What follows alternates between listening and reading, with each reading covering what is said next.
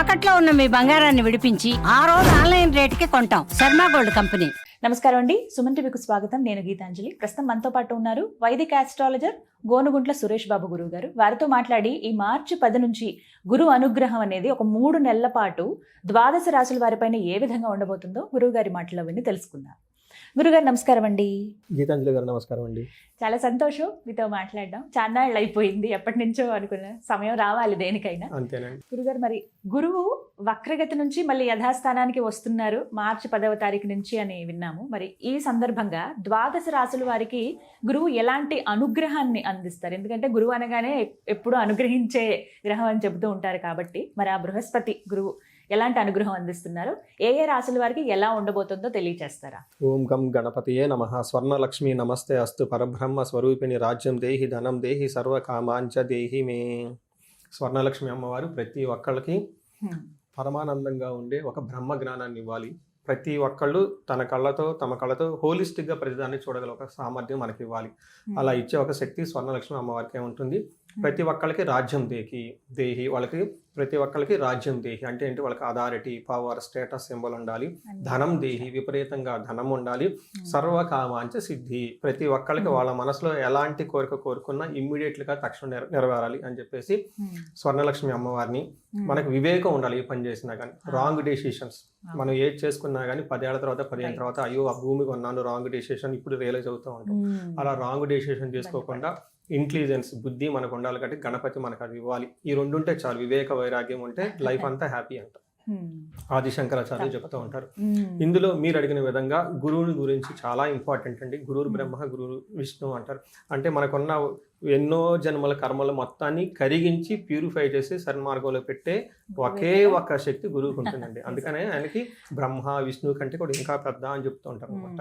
మనం లలిత సహస్రనామం చూసుకున్నా, లేదంటే విష్ణు సహస్రనామం చూసుకున్నా, ఎలాంటి స్తోత్రాలు చూసుకున్నా కానీ, ఎలాంటి పెద్ద పెద్ద హోమాలు చేసినా కానీ ముందు గురువుకి ప్రార్థన చేయకుండా ఏది చేసినా కానీ అది కలవదు. గురువుకి నమస్కారం చేయకుండా వెళ్ళినందుకు ఇంద్రుడికి ఇంద్ర పదవి పోయింది, బ్రహ్మపాతం చుట్టుకొని ఇంకా మళ్ళీ ఆయన స్వర్గం రాలేదు. ఆ తర్వాత అది ఇంకా డిఫరెంట్ స్టోరీ. వాళ్ళ వైఫ్ అదంతా మళ్ళీ గురువు దగ్గరికి వెళ్ళేసి అది పెద్ద ప్రొసీజర్ అనమాట. అంత పెద్ద శక్తి ఉంటుంది ఆ గురువుకి. చూడటానికి చాలా సింపుల్ గా ఓకే లోన్ ఏదో సంధ్యావందనం చేసుకుంటా మంత్రాలు చదువుకుంటా ఏదో లాగా ఉంటుంటారు అనమాట. బట్ వాళ్ళ చూపుకి, వాళ్ళ దృష్టికి, వాళ్ళ యొక్క ప్రెజెన్స్ కి చాలా ఇన్ఫ్లుయెన్స్ ఉంటుంది అనమాట. మనకి ఈ కాలంలో కనుక చూసుకుంటే గురువు ఎవరు అంటే అడ్మినిస్ట్రేటర్, ఓకే, ఈజ్ అ మంత్రి. సో మేనేజ్మెంట్ స్కిల్స్, ఎవరైనా కనుక మేనేజ్మెంట్ పదవిలో ఉన్నారు అంటే, లేకంటే రాజరిక పదవిలో ఉన్నారు అంటే, అధికారం ఉందంటే వాళ్ళ పక్కన గురువు కంపల్సరీ ఉండాలి. ఒక గురు దృష్టి రాజు ఈ సూర్యుడు దృష్టి ఉంటే వాళ్ళు మంచి సీనియర్ లెవెల్ పొజిషన్లు అయిపోతారు.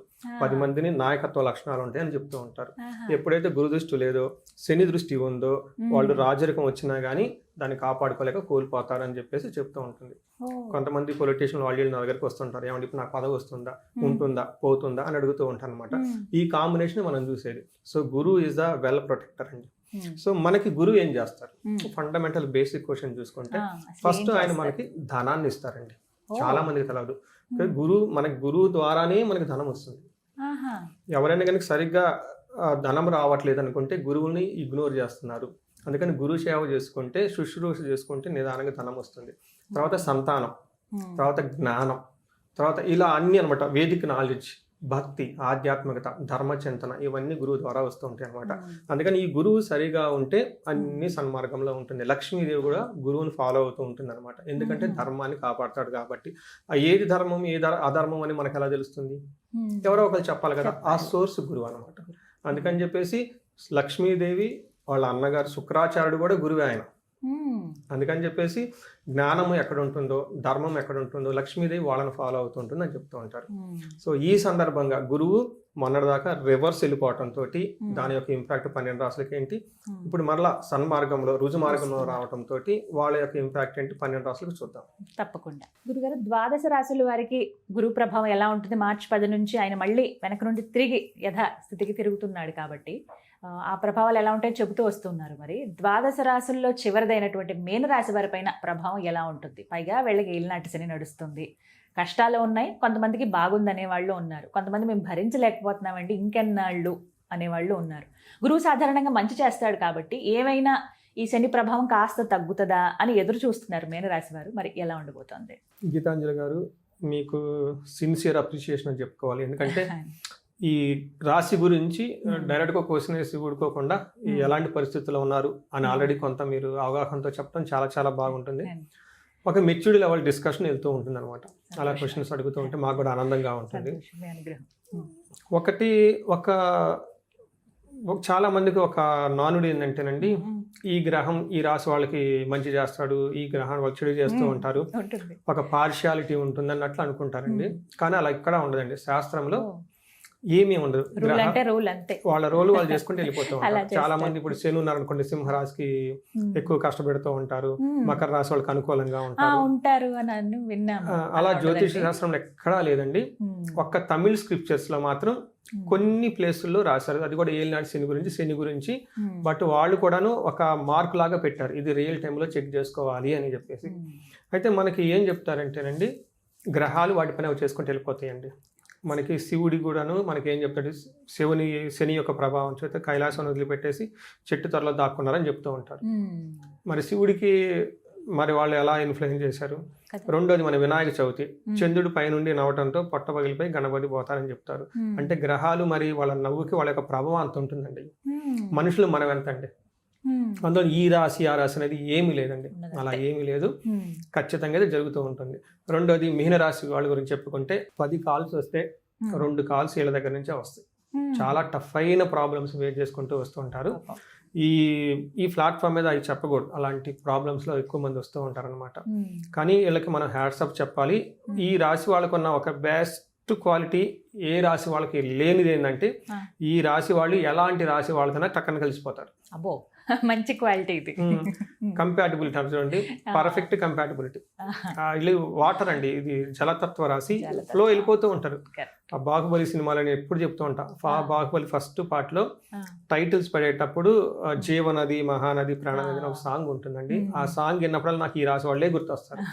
ఏమంటారు, అగాధంలో నుంచి పడిన కొండలు బండలు అడ్డొచ్చినా ఈ జీవనది ఆగదు అని చెప్పేసి దాని మీనింగ్. ఆ లిరిక్స్ మర్చిపోయాను నేను.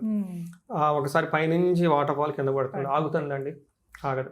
ఇలా పడి మళ్ళీ ఎలా పైకి లేసి వెళ్ళిపోతూ ఉంటుంది. కొండ ఏదో అడ్డు వస్తుంది, ఆగుతుందండి? ఆగదు. తన డైరెక్ట్ గమ్యాన్ని మార్చుకొని వెళ్ళిపోతుంది.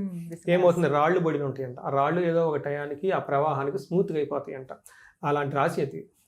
అందుకని ఈ రాశి గురించి చాలా మాట్లాడొచ్చండి నేనైతే. ఇంత టఫ్ టైంలో కూడా నాకు ఎన్ఆర్ఐ స్పాన్సర్ చేశారు ఒక ప్రాజెక్ట్. నాకు వాళ్ళకి చాలా టఫ్ ప్రాబ్లమ్స్లో ఉన్నారు. బిజినెస్ అంతా ఇబ్బంది పడిపోయేసి మల్టిపుల్ అవుట్లెట్స్ ఉంటే కొన్నిటిని అమ్మేసుకొని ఇంక అసలు ఏంటి ఈ వయసులో వాళ్ళకి జాబులు సాఫ్ట్వేర్లకు వెళ్ళిపోయారండి. వెళ్ళిపోయేసి ఆయన వదిలేసుకుని బిజినెస్లు చేశారు. ఇప్పుడు చూడండి, ఈ వయసులో జాబులు రావు, ఎలా ఉంటుంది ఈ టైంలో వచ్చి. అంత టఫ్ టైంలో నాకు ఒక ప్రాజెక్ట్కి స్పాన్సర్ చేసి ఆ తర్వాత వాళ్ళ పూజలన్నీ చేశాను. ఇక్కడ అదృష్టం ఏమంటేనండి, వాళ్ళు ఇచ్చిన ఆ స్పాన్సర్షిప్తో ఆ యొక్క రీసెర్చ్లో మేము చేసిన వాటికి మిగతా చాలా మందికి ఆ పూజలన్నీ చేయించాం. వాళ్ళు బాగుపడ్డారు, గురువులకి ఇచ్చారు డబ్బు, వేద పండితులు తీసుకున్నారు, రీసెర్చ్ చేసినంత వాళ్ళే కదండి. ఆ స్పిరిచువల్ ఆధ్యాత్మికత ఉన్నారు. ఎంత డివోషన్ అంటే అంత డివోషన్ అండి. అసలు కరిగిపోయారండి అంత భార్యాభర్తలు. అసలు అలా భార్యాభర్తలు ఉండడం అదృష్టం అండి. అలా వాళ్ళిద్దరు లక్కీ కపుల్ అనమాట. అందులో ఈ వాళ్ళకి మీకు తెలుసు, ఇప్పుడే మీరు అన్నారు ఏలినాటి శని నడుస్తుంది. ఆ టైంలో స్పాన్సర్ చేసి, పర్లేదండి మీరు మాకు హెల్ప్ చేయండి, 10 మందికి అది యూజ్ అవుతుంది కదా ఈ రాశి ఏలినాటి. అలా ఆ తర్వాత వాళ్ళ ఇన్స్పిరేషన్తో చాలా మందికి వాళ్ళు చేసిన పూజలు చాలా మందికి చేస్తూ ఉంటారు. మంచి మంచి కామెంట్స్ పెడుతూ ఉంటారు, చాలా హ్యాపీ ఫీల్ అవుతూ ఉంటారు అనమాట. ఎందుకంటే ఇది 2 చేపలు ఉంటాయి చూసారు, ఒక చేప కిందకి ఒక చేప పైకి ఉంటుంది. దాని మీనింగ్ నాకు మొన్న అర్థమైంది, అప్పటిదాకా అర్థం కాలేదు. ఉపచార రాశి మేము చదువుకుంటాము. ఇలా క్రైసిస్ లో ఉండి మళ్ళీ వేరే వాళ్ళకి స్పాన్సర్ చేసి 10 మందికి ఉపయోగపడే ఉన్న విధంగా నాకు రియల్ లైఫ్ లో జరిగిందంటే 2020 మొన్న రీసెంట్గా జరిగింది. వీళ్ళకి గురువు అనుకూలంగా లేరండి, కొంచెం ఇబ్బంది పెట్టే విధంగానే ఉన్నారు. ఏ విధంగా అంటే, మనకి స్క్రిప్చర్స్లో ఏం రాశారంటే గ్రంథాల్లో, యాచనం అంటే అప్పటిదాకా వాళ్ళు డిగ్నిటీగా ఉన్నవాళ్ళు కష్టాలు వచ్చి నోరు తెరిచి వేరే వాళ్ళు నాకు ఇది కావాలనే పరిస్థితి వస్తుందంట. రెండోది బుద్ధి చాంచల్యం, సరైన డెసిషన్ తీసుకోలేరు. తేజోహాని, ముఖంలో కళంతా పోతుంది. ధన వ్యయం, విపరీతంగా ధనం ఖర్చు అవుతుంది. దేశ త్యాగం, ఈ టైంలో వీళ్ళు ఒక ప్లేస్ నుంచి ఇంకో ప్లేస్కి ఫోర్స్ఫుల్గా వెళ్ళిపోతారు. ఇంకంటే చతుర్థ స్థానికే గురువు అంటారు. వీళ్ళకి ఏలినాటి శని నడుస్తుంది, పీక్ టైంలో ఉంది, గురువు కూడా అనుకూలంగా లేరు కాబట్టి 2025లో మోస్ట్ సఫర్ అయిన రాసులు ఏంటంటే, అంటే వాళ్ళని నిరుత్సాహపడకూడదు, 2026లో బాగుంటుంది ఇది. అయితే మనకి పురాణాల్లో ఒక స్టోరీ ఒకటి ఉంటుందండి. మనకి సత్య హరిశ్చంద్ర మన అందరికి తెలిసింది కదా. ఆయన 4వ స్థానంలో, జన్మరాశి నుంచి 4వ స్థానంలో ఉన్న టైంలో ఆయన రాజ్యాన్ని కోల్పోతాడు. సో రాజ్యాన్ని కోల్పోవడానికి సత్య హరిశ్చంద్రుడు అంటే మామూలేడేం కాదు కదండి. ఆయన టెస్ట్ చేయడానికి దేవతలు పందెం వేసుకున్నారు. వాళ్ళు దేవతలు పందెం వేసుకొని ఈయన్ని తీసుకెళ్లి సింహాసనం నుంచి బయట వేస్తారు చూడండి. పాపం ఇట్లాంటివి జరుగుతూ ఉంటాయి చూడండి. అట్లాంటిది. అలా ఇంకోటి కూడా చెప్తా ఉంటారు. ధర్మరాజు మైసభ, అది అందరికి తెలిసి ఉంటుంది కదండి. ఆయనకు ఆయన మంచి ప్యాలెస్ అంతా కట్టేసుకొని అందరిని పిలుస్తూ ఉంటారు. ఆ తర్వాత అందులో దుర్యోధనుడికి కుళ్ళు పుట్టేస్తుంది. బాగున్న వాడు కాస్త జోదం ఆడతాడు, అది మాత్రం బాగుంటుంది వెళ్ళిపోతుంటాడు. చూడండి, ఇది రెండోది. ఈ 2 ఇన్సిడెంట్స్లు ఎప్పుడు జరుగుతున్నాయి అంటే, ధర్మరాజుకి కానివ్వండి, సత్య హరిశ్చంద్రుడు కానీ, జన్మరాశి నుంచి 4వ ప్లేస్లో గురువు ఉండటం ద్వారా ఇలాంటి పనులు జరుగుతూ ఉంటాయి. అంటే పాపం వీళ్ళు చాలా మంచి వాళ్ళు, కానీ చుట్టూ ఉన్న పరిస్థితులు వీళ్ళని తీసుకెళ్ళిపోయి ప్లే చేసేస్తూ ఉంటారు. వెరీ రియల్ కేసు కూడా చెప్తానండి. 15 సంవత్సరాలు పెళ్ళైంది, వీళ్ళు ఎన్ఆర్ఐ కపుల్. పాపం నా దగ్గరకు వచ్చేసింది, నన్ను కలిసేసింది. ఏమంటే నేను డైవర్స్ ఇవ్వాలనుకుంటున్నానని చెప్పేసింది. చూస్తే ఆమెకేమో మీనరాశి. ఇంకొకటి చూసుకుంటే వాళ్ళ హస్బెండ్ ఇది ధనుసు రాశి, సింహరాశి, ఏదో రాశి. ఇద్దరికి వెళ్ళాల్సిన ప్రభావం ఉంది. అదేంటి 15 years కలిసి ఇండియా నుంచి వెళ్ళిపోయేసి అక్కడ అంతా జాబులు చేసుకొని ఒక మంచి పొజిషన్కి వెళ్ళి ఈ వయసులో డైవర్స్ అంటే పిల్లలు పెద్దవాళ్ళు అయిన తర్వాత కూర్చోబెట్టి, అమ్మ మిస్టేక్ మీ హస్బెండ్ది కాదు, మీది కాదు, మీ వెనక ఒక మాస్టర్ ఉన్నాడు శని, లేదంటే మీ వెనక ఇంకొక మాస్టర్ కూడా ఉన్నారు గురువు, వాళ్ళు మీ ఇద్దరితో ఆడుకుంటున్నారు. ఈ ఒక్క జ్ఞానం కనుక మీరు తెలుసుకుంటే ఇలానే నవ్విందంట ఆమె కూడా. అవునండి, చూడండి, అప్పటిదాకా 15 ఏళ్ళు వెళ్ళిపోయి ఉన్న భార్యాభర్తలు విడిపోవటం ఏంటండి, ఎంత అండర్స్టాండింగ్ ఉంటుందండి. ఆమె మాట్లాడుతుంటే చెప్తున్నా కానీ ఆ మాటలో వాళ్ళ హస్బెండ్ మీద లవ్ కనిపిస్తుంది నాకు. ఇలా ఆడుకుంటున్నారమ్మా. ఈ ఒక్క విషయం మాత్రం నువ్వు గమనించుకో, కొంచెం పేషెన్సీగా ఉండు. మంచి చాలా హ్యాపీ ఫీల్ అయిపోయేసి వెళ్ళి మళ్ళీ స్వీట్లు పళ్ళు తీసుకొచ్చి ఇచ్చేది. ఇలా అంటే మనకి ఎందుకు చెప్తున్నానంటే అండి, ఇలా ఉంటుంది కాబట్టి ఒక్క 3 months జాగ్రత్తగా ఉండాలని చెప్పేసి మనం కోరుకున్నామండి. ఆ తర్వాత గురువు ఎనివే మారుతున్నారు కాబట్టి మహాభాగ్యం వస్తుంది. ఇప్పుడు ఎలాగో ఒక్క 3 నెలలు 4 నెలలు ఓపిక పట్టాలని అంటారు. అక్కడ నుంచి వీళ్ళకి 5వ ప్లేస్కి వెళ్తున్నారు, మహాభాగ్యం వస్తుంది, సంపాదలు, సీరులు, పెళ్లి అవుతాయి, అన్ని అవుతాయి, బాగుంటుంది. అప్పటి వరకు వచ్చేదాన్ని తట్టుకోవాలంటే ఈ 3 నెలలు కాస్త స్ట్రాంగ్ గా ఉండాలి. ఏదో ఒక పరిహారం అయితే ఖచ్చితంగా చేసుకోవాలి. కాబట్టి గురువు అనుగ్రహం కోసం ఎటువంటి పరిహారం చేసుకోవాలండి? గురువుకి సంపూర్ణ శాంతి పూజలు చేసుకోవాలి. అంటే గురువు గ్రహానికి జపాలు, దానాలు, తర్పణాలు, హోమం కూడా చేయాల్సిందే. 1కి 2 సార్లు ఇది చేయాల్సిందేనండి. ఎందుకంటే ఇది చాలా స్ట్రాంగ్ గా వెళ్తుంది. అందులో ఏళ్ళాడ్సిన ప్రభావంతో ఉన్నారు కాబట్టి ఇంకా డబుల్ ఎక్కువ ఉంటుంది. అయిపోయిన తర్వాత వీళ్ళకి ఫ్రీక్వెంట్ గా ఎవ్రీడే మెడిటేషన్, యోగా చేసుకుంటూ ఉండాల్సింది. ఇంకా వేరేది ఏం లేదు. ఎక్కువగా యాన్షియంట్ స్క్రిప్చర్స్ మీద వర్క్ చేయమనండి.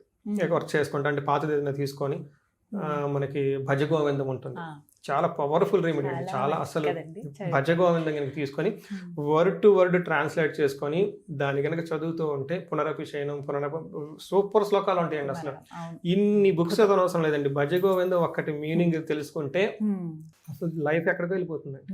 నా ఫస్ట్ స్క్రిప్చర్ నేను చదివింది భజగోవిందం. మా గురువు గారి మహానుభావుడు ఏటాయని ఇచ్చాడు, సురేష్ చదువు అని ఇచ్చాడండి. నాకు అందులో మీనింగ్ అర్థమయ్యేది కాదు. వర్డ్ టు వర్డ్ మీనింగ్ తీసుకొని ఎంత ఉందా ఏంట్రా బాబు అసలు ఎలా పెట్టారని కనిపించిందండి. మొత్తం అందులోనే ఉండిపోయింది అనమాట. వీళ్ళు కనుక అది కనుక చదవగలిగితే గురువు యొక్క కృప ఇళ్ళ మీద ఉండిపోతుందండి. వాళ్ళ చుట్టూ బాంబులు పడ్డా కానీ నవ్వుతూ కూర్చుంటారు. నిజమే, అది చాలా బాగుంటుందండి. శంకరాచార్యులు వారు నిజంగా ఎన్నిసార్లు వారి కృతజ్ఞతలు చెప్పుకున్నా తక్కువే. మనం వారు చేసినటువంటి ఇన్ని మనం వింటూనే ఉంటాం. ప్రతి ఒక్కటి దేనికది ప్రత్యేకమే. మీరు అన్నట్టు భజగోవిందం అయితే మన జీవితం ఏంటి ఎలా ఉండాలని చూపిస్తుంది అంతే. అమేజింగ్ అండి, ఏం రాశారండి బాబు. అసలు అది అర్థం చేసుకుంటే ఇంకా అర్థం అయిపోయినట్టు. నిజం, అదైతే చాలా చక్కగా వివరించారు. మంచి పరిహారం కూడా తెలియజేశారండి. ధన్యవాదాలు గురువు గారు. ధన్యవాదాలండి. శుభం అండి.